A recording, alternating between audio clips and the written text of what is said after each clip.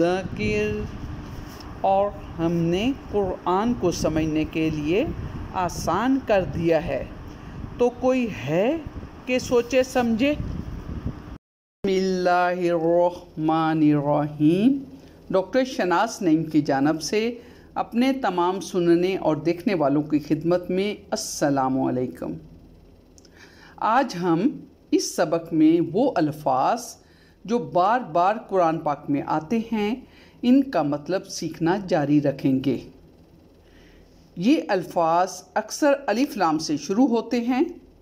अगर इनके अलिफ लाम को हटा दिया जाए तो उर्दू के अल्फाज बन जाते हैं और हमारे लिए उनका समझना आसान है।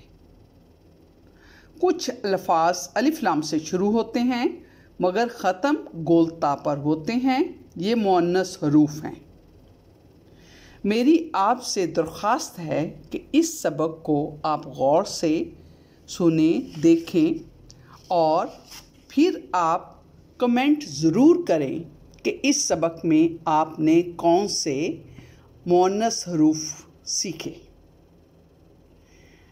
लफ्ज़ों के आपस में मिलने से जुमला बनता है।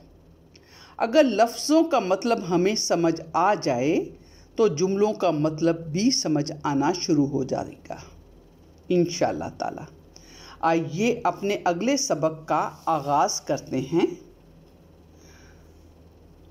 अस्सफ़्फ़ु सफ़, अल-क़ब्रु कब्र, अत-तिलावतु तिलावत, अल-बाबु दरवाज़ा, अल-मताउ सामान, अल-क़िबलतु क़िबला, अस-सरीउ सरी तेज़, अल-मुअमिनतु मोमिना, अल-बहरु बहर समुंदर, अल-हसरतु हसरत पिछतावा, अल-कुफ्रु कुफ्र इनकार, अन-निकाहु निकाह, अल-वसीयतु वसीयत, अन-नफ़उ नफ़ा, अल-खलीफ़तु खलीफ़ा, अश-शरीकु शरीक, अल-क़ितालु जंग।